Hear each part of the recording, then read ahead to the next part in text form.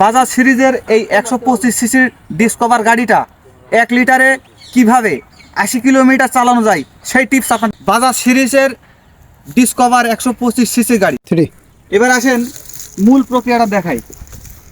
এই গাড়িতে ওঠার পরে সামনে আসো, এর পেছনে এখানে দাও। গাড়িটা নিউট্রালে আছে কিনা দেখবো। গাড়ি এখন নিউট্রালে আছে, তাহলে নিউট্রালে থাকার পরে গাড়িটা এরকমই থাকবে। এখন এখানে প্লাগের যে লাইন আছে, প্লাগের লাইনটা খুলবো। প্লাগের লাইনটা খুলে আবার লাগাই দেব।